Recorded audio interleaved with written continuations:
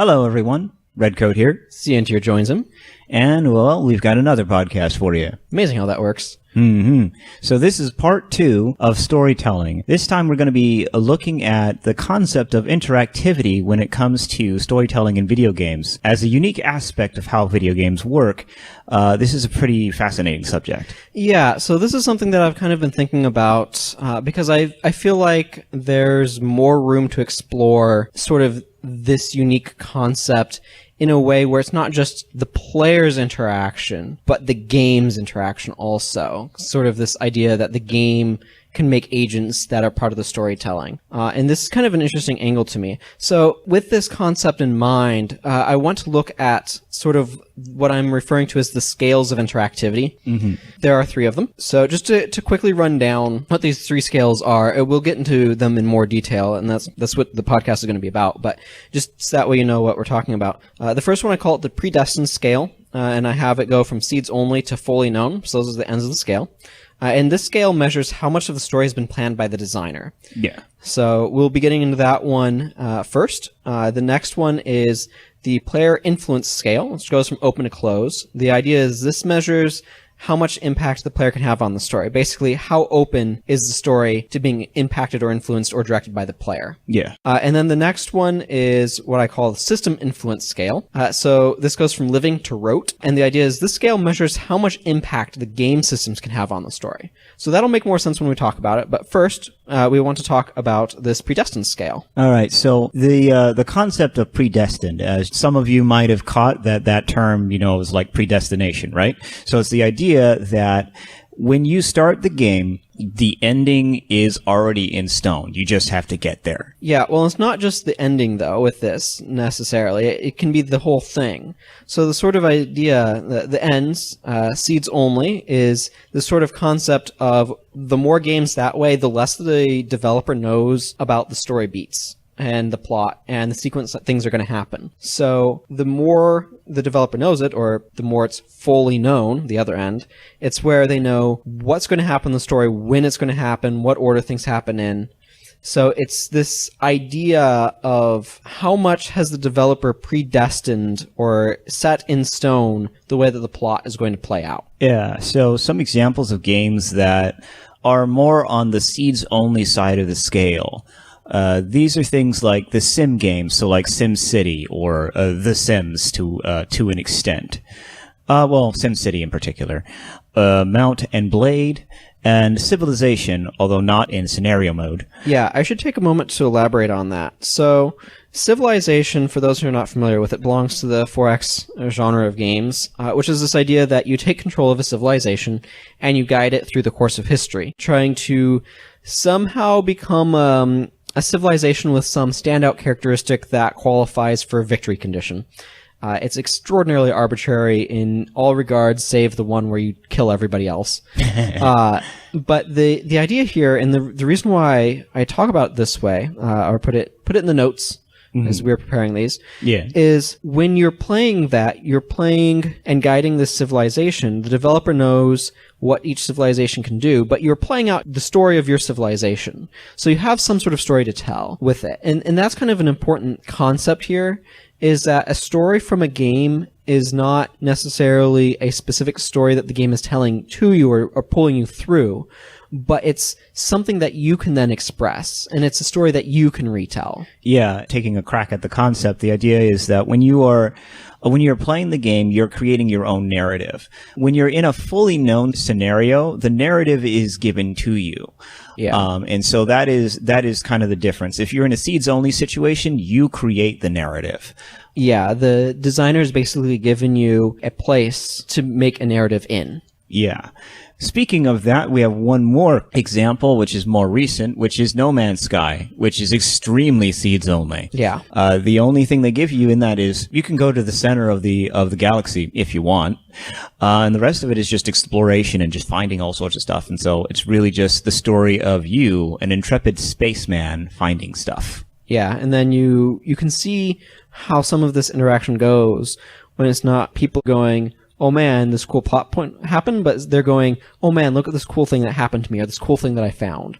Where the way that they talk about it is more like how they talk about events in their normal day-to-day life, right? Where they talk about going to a ball game, or their experience at, say, a tournament that they went to, or at the food court when they bumped into an old friend and they're telling you about how excited they were to run with their old friend. And they'll talk about these events in the game in a similar sort of, this is an experience that I had, this is part of my life way. Yeah. And so moving from there, some examples of fully known, and this is way more common.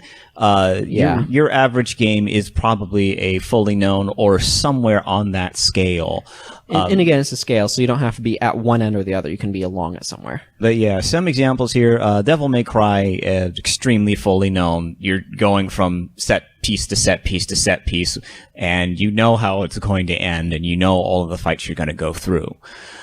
You have Metal Gear, which that is very obviously telling a story. Oh, yeah.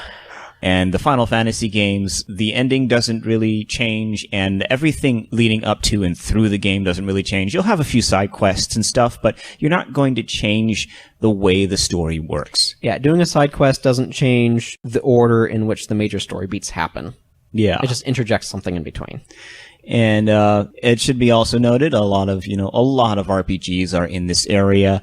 The Legend of Zelda games, most of them are in this area. There are a couple of standouts that aren't. Yeah, and it'll be interesting to see, as a historical note, or a future historical note, how much Breath of the Wild goes towards seeds only versus fully known on this. Yeah, so excited about that game. But moving on, we wanted to kind of use this scale to identify a few games that are, let's say, not quite fully on one end or fully on the other. Yeah, just some more notably known games to give some context for this. So the first one of these is Mass Effect, which is kind of a game that's somewhere more in the middle. So the developer does know all the story beats. They have to, because they have to write everything and get everything voice acted.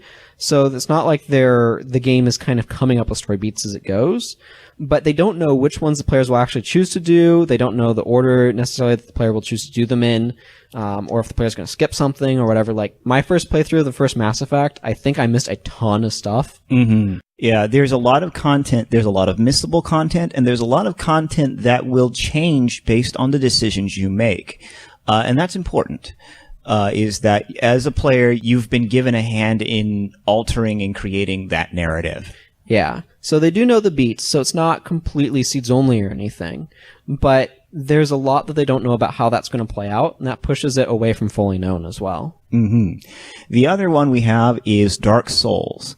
This is closer to seeds only in when it comes to the story, and this is important that that's in the story realm of how that works. Because the developer knows a lot of the things that the player can do. They just don't know everything about what the player will do. And more importantly, the story itself isn't told to you specifically. It's mostly experienced. Yeah, and one of the other things in my mind that pushes us towards the seeds-only end of this scale is how much of the story is open to speculation. Mm-hmm. It's very much so a story that I'm not even sure the developers fully know all of the meaning of and that sort of thing. And being a more of a symbolic thing, it lends itself towards that. Yeah, much of the lore about Dark Souls, when you try and figure it out, it's mostly stuff posted by users based on the implications of what they've read and what they figured out. I'm certain the developers have their own interpretations of those things, but they don't air those out as much. Yeah, and they don't act as a kind of a voice of God, as it were, saying, this is how it is, or whatever. They encourage the speculation. I think they enjoy it. Yeah. And finally, we have the Elder Scrolls, Skyrim as well. Yeah, with Skyrim, again, this is kind of more in the middle. It's probably a bit more closer to seeds only than Mass Effect. There's a ton of different story events and content and stuff in there, but I don't know what the player's going to do. The main plot, such as it is, isn't exactly mandatory, and for all the developers know, the player's going to pick up their game, get off that prison card if they haven't installed a mod that skips it, and go build a house somewhere and just be a blacksmith or something. Yeah, like there's still I guess you could say, an end game that you can progress toward, but the player's not pushed through it. Yeah, no. The intent is more that it's a world for the player to experience. And so I think they have a main story. I haven't really played through it, but my impression of it is that they do have a main story that kind of has a certain sequence that they have to unfold, but they don't really know if that's what the player is going to even engage with. Yeah, and they're happy to allow that to be the case. Yeah, I think so. Now we move on to the player influence scale. And this is the scale that measures the impact the player can have on how the story unfolds. Generally, and this is the open-closed scale that we noted earlier. Right, where the ends are open and closed. Yeah. The openness of the scale pushes the game further towards a seeds-only style game, whereas the closedness pushes it more towards a fully known end. So what do we mean by opened and closed?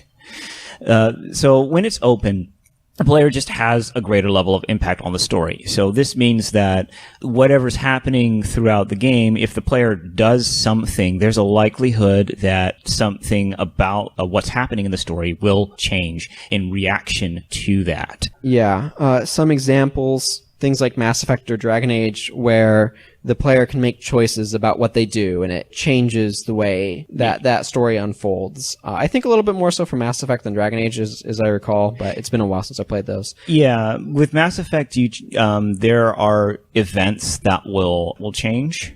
And in Dragon Age, you will, in both of them, you have a thing of where it's really very much based on what characters you're interacting with.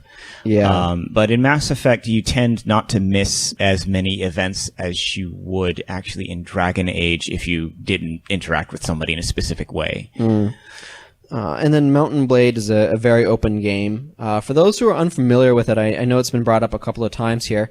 The basic idea is you're some random person that's more or less building up a mercenary band, and you just go around from kingdoms and choose whether or not you want to try to do quests with them and stuff like that, and you have to maintain your mercenary band. I think you can eventually found your own kingdom if you want to, but it's very much so focused on this idea of, here's a world, go make your mercenary band. Yeah, and that's as much narrative as the developer gives you. The rest of it is just tools to build that narrative. Yeah.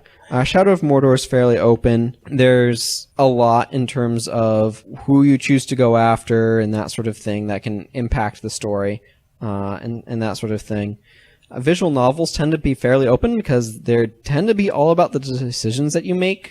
Yeah, most of them, the whole point of a visual novel is that there is an interactive aspect to them, and it is in that form of when you read through the story, you will be given decisions to make, and those decisions can drastically change what happens as you go along. I think Fate's Stay Night's a pretty good example of that, although might be not safe for work, though. I think a number of visual novels fall into that category. Yeah, Japan. Anyway. American standards, too. That's true, too. And then a game like Star Wars Knights of the Old Republic. BioWare tends to do a lot of these sorts of games that are good examples here, but you make a lot of decisions about what happens, am I going to be a Jedi or a Sith? That sort of thing, and those will have impact on how the story unfolds and that sort of stuff, so they're very open to player influence. Now, then there's the closed end of things, which is the player can't really impact how the story unfolds. It's closed to player influence is another way of thinking about it. So you have things like the Uncharted series, Tomb Raider 2013, the vast majority of Legend of Zelda games. You don't really have an impact on how that story unfolds, and a lot of arcade games, for example, or games like Sonic the Hedgehog, just a lot of these games, the more fully known they are, the more likely they are to be completely closed, and you see a lot of overlap there. Yeah, it's interesting of note on the Legend of Zelda games. I know we noted with Breath of the Wild that the next game may very well be a very open sort of thing, and it's of note that the games actually shifted from starting out very open, because the very first game was, well, as the main developer of it noted, it was him wanting to get that idea of being out in his backyard and exploring and just finding stuff. So where Pikmin started also. Yeah, well, Pikmin was him with gardening specifically, but yeah. Miyamoto. He finds inspiration in interesting places, which is how it usually works. Oh yeah, you find inspiration in mundane things, and then you create something that's very much not. Yeah, but you look at something like the first Legend of Zelda, and it's like, what do? You boot it up, and you're just standing there. Most people will go in the hole and find the guy that gives you a sword. Yeah. But you're really left to your own devices to figure out what to do, where to go, versus, say, Ocarina of Time, where it starts off with this sort of nightmare scene, and then you wake up as Link in his little hut in Kokiri Forest, and you play through a very specific story with very specific beats, a mostly intended order. I think technically you can do the Shadow Temple and the Spirit Temple in any order, but or in either order, but yeah, overall, it's very much Yeah. it's very much pushed along, and there's nothing necessarily wrong with being one way or the other. No, absolutely not. It's just that it changes the kind of experience that you give, and that's really important to note. Yeah, how much is the player directing it versus being drawn by it? And there's enjoyment to both. Moving on from there, we get to the system influence scale, which is, as noted before, it's on the living side of things or the rote side of things. And this is a scale, of course, so it can be a little bit of both as we go along. Yeah, so this is one that I kind of personally find really interesting, particularly as a game developer. I'm interested by what it would take to implement it. Mm-hmm. But also the idea of playing these sorts of games really fascinates me. So to kind of explain what this scale talks about. So the living end of things means that the system can make a lot of decisions about how the story plays out. It's not just the player, but the system. So there's AI that is trying to figure out what it wants to do. There's agents that are trying to accomplish a goal, and the game is trying to, in some sense, win. In other words, the game is also playing. So it's reacting to what the player does, but also acts independently from the player. It makes its own decisions. And the end result of this is the player feels like they are a part of the world, not the center of it. Yes, and this is in contrast to the rote style, where the world is just responding to the things the player does in a predetermined way. Well, it doesn't really make any decisions, and all things that happen in it are always very predictable. If the player does something to the world, it will react in a very specific way, and the world is not going to do anything without the player doing something first. Yeah. There might be a few sort of, like, games can dip in a little bit towards living and while being a lot of rote. And again, we called it rote because of that concept of, like, rote memorization. You know, it's memorize a script, and it's like, the player does A, I do B. The player does F, I do G.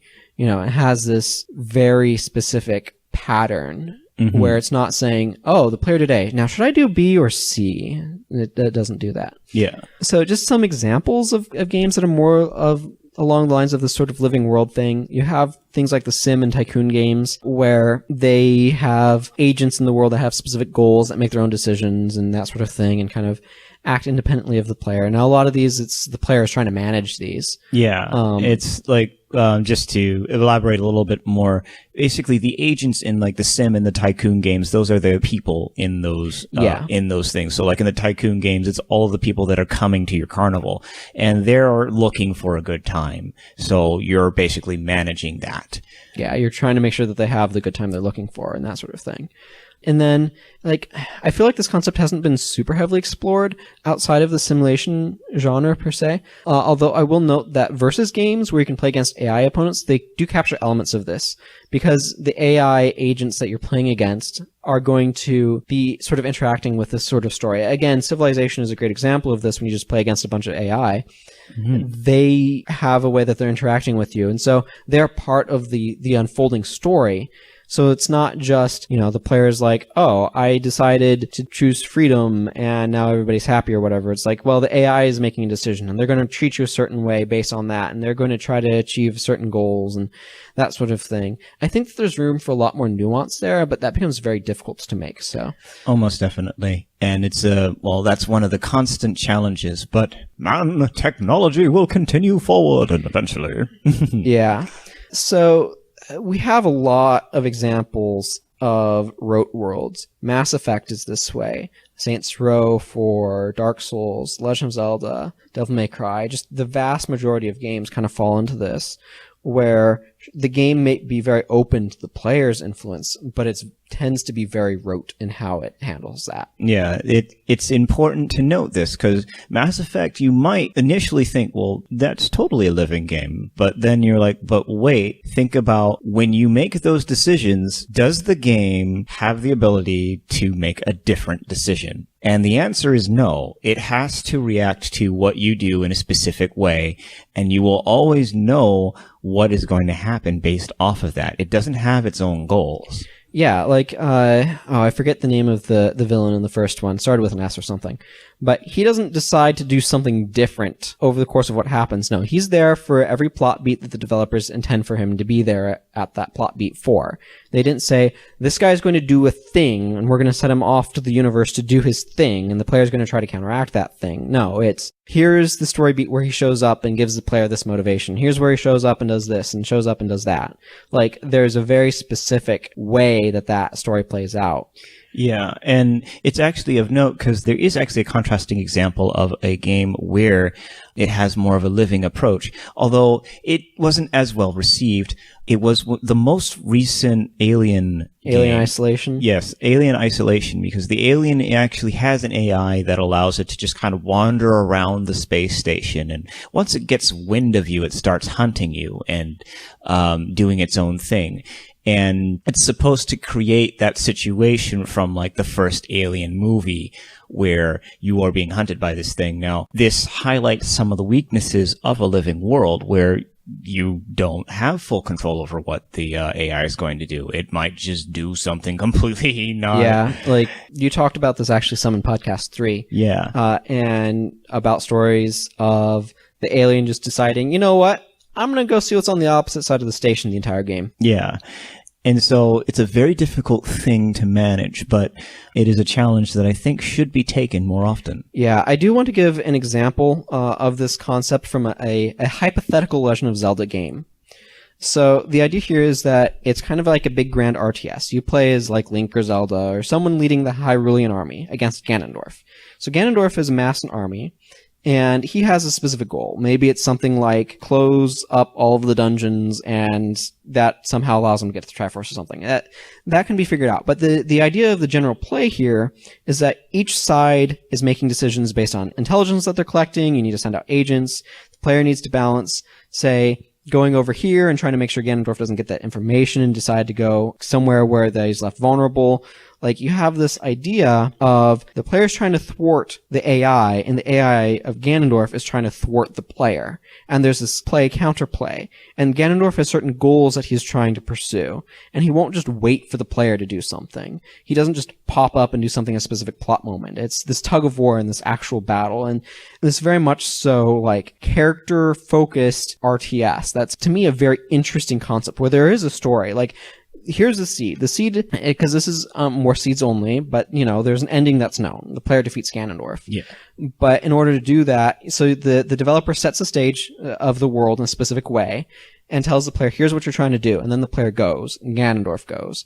And you need to figure out, okay, how do I actually get to the point where I can beat Ganondorf? Mm-hmm. So maybe one run the player is able to have a sequence of events where they're like, oh wow, I just got Ganondorf like super quickly. Mm-hmm. But they might have another one where it's like this big grand campaign. And I can see players talking about, how did this game play out for them? Yeah. And that being a really interesting experience. But yeah, well, I don't have much more to say on that one. It's a very interesting concept, and it opens up a lot of interesting ideas. And one of the things about designing a game that has more of a living aspect to it, granted, we don't have that much experience with it, but it's something we intend to try and gain some experience on. Absolutely. One of the things with designing a game with a more of a living aspect is understanding that you do want to provide your player with a interesting experience. And so that means that while you do grant your AI the ability to make decisions, you also do certain things to kind of corral it into making decisions that actually make good stuff happen. And that can be done with either how you design your world, how you make the tug of war to where no, the AI has to deal with the player to actually make things happen, and things like that. It's all about how you build the system such that the player has to interact with the living item, and the living item has to interact with the player. Yeah, to get that sort of thing to happen. And I think this more or less covers the scales. If anyone has any questions about them, please comment and ask away, and we'll do our best to explain. So until next time, when we talk about character progression, which I think will be a very interesting conversation, well, play the games you want to play, and let's move to sign off. Well, I guess he already said it, although he didn't say boyos. No, we need to end it properly. Okay. So this is Santier signing off. And this is Redcoat signing off. Play the games you want to play, boyos.